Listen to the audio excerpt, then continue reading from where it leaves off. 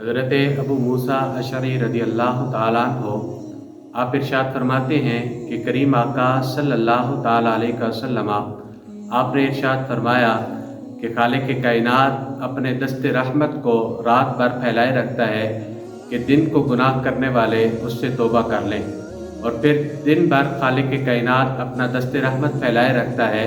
کہ رات کو گناہ کرنے والے توبہ کر لیں، اور یہ معاملہ اس وقت تک جاری رہے گا جب تک سورج مغرب سے طلوع نہ ہو جائے، یعنی قیامت تک خالق کائنات اپنے بندوں کے گناہوں کو معاف فرماتا رہے گا۔ غور کریں خالق کائنات اپنے بندوں کے ساتھ کتنی زیادہ رحمت اور کرم فرمانے والا ہے، لیکن انسان کتنا نادان ہے